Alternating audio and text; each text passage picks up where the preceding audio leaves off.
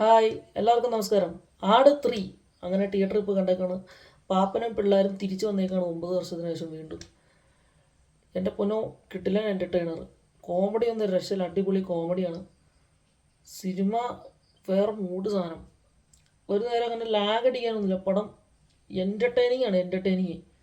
ആ ഒരു പഴയ നമുക്ക് ആ ഒരു വൈബ് തിരിച്ചു കിട്ടി കുറച്ച് നേരത്തേക്ക്. ഒരു 2.25 മണിക്കൂർ തിയേറ്ററിൽ ചിരിച്ച് മറഞ്ഞു കിടന്ന് ചത്ത് കാണാൻ പറ്റിയ പടം.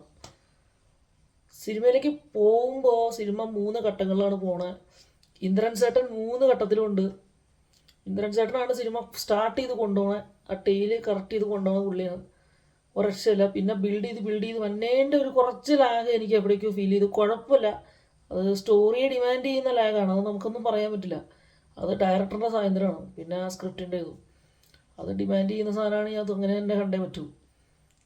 പിന്നെ പടം എനിക്ക് വർത്തായി എന്ന് വെച്ചാൽ പേഴ്സണലി എനിക്ക് വർത്തായി. ഞാൻ ആടിൻ്റെ ഒരു ബിഗ് ഫാനാണ്.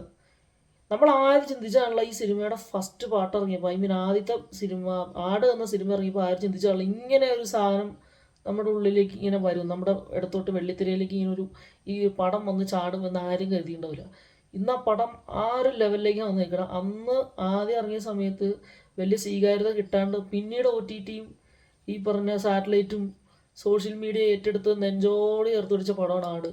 പിന്നെ പാർട്ട് 2 ഇറങ്ങി, അത് നമ്മളെ കളിപ്പിച്ച് ചിരിപ്പിച്ച് രസിപ്പിച്ച് ത്രില്ലടിപ്പിച്ച് കൊണ്ടുപോയി.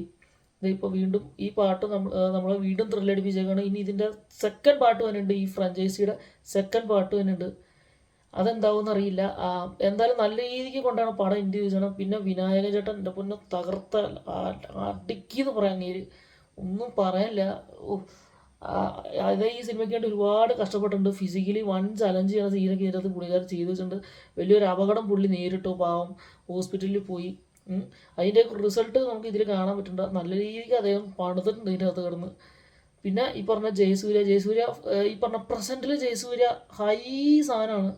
എനിക്ക് എന്തോ ഈ പറഞ്ഞ പാസ്റ്റിലേക്ക് പോയപ്പോൾ ചിലപ്പോൾ അത് ആ ക്യാരക്ടർ അതായതുകൊണ്ടായിരിക്കും എന്തൊക്കെയോ ഒരു അപാകത എനിക്ക് ഫീൽ ചെയ്തു. പക്ഷേ കുഴപ്പമില്ല, കണ്ടിരിക്കാം. പിന്നെ കോമഡിയൊക്കെ ഉണ്ട്, നല്ല കോമഡിയൊക്കെയാണ് പാസ്റ്റിലായാലും. പിന്നെ കുറച്ച് സീരിയസ് മൂഡിലേക്ക് പടം പോകുന്നുണ്ട്. മൊത്തത്തിലൊരു കോമഡിയൊന്നും നമുക്കങ്ങനെ ഇരുത്തി കളയാൻ പറ്റില്ല. അങ്ങനത്തെ ഒരു പടമല്ല ഇത്. പക്ഷേ ഇത് നല്ലൊരു പടമാണ്. കോമഡി അത്യാവശ്യം ഉണ്ട് താനും. എന്നാൽ അങ്ങനെ ഒരു മൊത്തത്തിലൊരു സാധാ രീതിയിലൊരു ആട് സീരീസിൻ്റെ ഒരു ഫുള്ളി കോമഡി പാക്കേജ് അല്ല ഈ പടം. സോ എല്ലാവരുടെയും ഒരു കപ്പ് ഓഫ് ടീ ആവുമെന്ന് അറിയില്ല. ചിലപ്പോൾ ഫസ്റ്റ് സെക്കൻഡ് കണ്ടവർക്ക് ഇത് എത്രത്തോളം ഡൈജസ്റ്റ് ആവുമെന്ന് അറിയില്ല. പക്ഷേ എനിക്ക് കുഴപ്പമുണ്ടായില്ല പേഴ്സണലി. ഞാൻ ഇതൊക്കെ തന്നെ ഏകദേശം പ്രതീക്ഷിച്ചിട്ടുണ്ട്. ഇങ്ങനെ ട്രെയിലറിൽ നിന്ന് നമുക്ക് കോഡ് ചെയ്യുമ്പോൾ ഏകദേശം സിനിമയുടെ ഒരു റേഞ്ച് അതിൽ നിന്ന് കൺവേർട്ട് ആവുന്നുണ്ടായിരുന്നു. പിന്നെ ഇതിൻ്റെ അകത്ത് നല്ല ഒറ്റ ഒരു പാട്ടേ ഉള്ളൂ, അതും കുഴപ്പമില്ല, നമുക്ക് എൻ്റർടൈൻ ചെയ്യുന്ന ഒരു പാട്ട്. ഞാൻ പറഞ്ഞില്ല, നമ്മൾ ഈ ബോളിവുഡ് സിനിമ അതുപോലെ തമിഴ് തെലുങ്കിന്നൊക്കെ നമ്മളിങ്ങനെയുള്ള ഹൈ ബഡ്ജറ്റിൽ ഹൈ ക്യാൻവാസിൽ ഒരു പടങ്ങൾ കണ്ടിട്ട് നമ്മുടെ മലയാളത്തിൽ നിന്ന് ഇങ്ങനെയുള്ള പടങ്ങൾ വരുമ്പോൾ വല്ലാത്തൊരു ഫീലാണ്. പിന്നെ സിനിമയുടെ പ്രസൻറ്റ് ഫോർമാറ്റും പാസ്റ്റ് ഫോർമാറ്റും കൺവേർട്ട് ചെയ്താണ് അനോഫോർമിക്കിലേക്കാണ് പാസ്റ്റിലെ സീസൺ. അത് കൊള്ളാം. അവർ ആ ഫ്രെയിമൊക്കെ സെറ്റ് ചെയ്തൊക്കെ നന്നായിട്ടുണ്ട്. ഒരു ഷഫ്ലിംഗ് ഒക്കെ എനിക്ക് എന്തൊക്കെയോ ഒരു തോന്നി, ഒരു ഫീല് കിട്ടേണ്ടത് നമുക്കൊരു ഒരു ഒരു എന്താ പറയുക, ഒരു എപ്പിക്ക് പടം കാണുന്നതിൻ്റെ എല്ലാ ഫീലും ഈ പടത്തിന് കിട്ടേണ്ടായിരുന്നു. പിന്നെ ഇതൊരു സ്റ്റാർട്ടിങ് ആണ് പടം, അതുകൊണ്ട് തന്നെ എൻഡിങ് കൊണ്ട് നിർത്തിയേക്കുന്നത് തന്നെ ഒരു ഫുൾ സ്റ്റോപ്പിലൊന്നല്ല. അപ്പോൾ എല്ലാവർക്കും അത് എന്തോരം ഇതാവും നമുക്കറിയില്ല. പക്ഷേ ഈ സിനിമയുടെ യഥാർത്ഥ കഥ ഇനി വന്നേ ഉള്ളൂ. അപ്പോൾ ഇതിൻ്റെ എല്ലാം കൂടെ ഒരു തുടക്കമാണ് സിനിമ തുടങ്ങി വെച്ചേക്കണത്. ഇതിൻ്റെ പൂർണ്ണത എങ്ങനെ ചെന്ന് കയറുന്നു എന്നുള്ളത് നമുക്കറിയില്ല. അത് സെക്കൻഡ് പാർട്ട് വന്നാലേ അറിയാൻ പറ്റുള്ളൂ. എനിവേ പടം എൻ്റർടൈനറാണ്.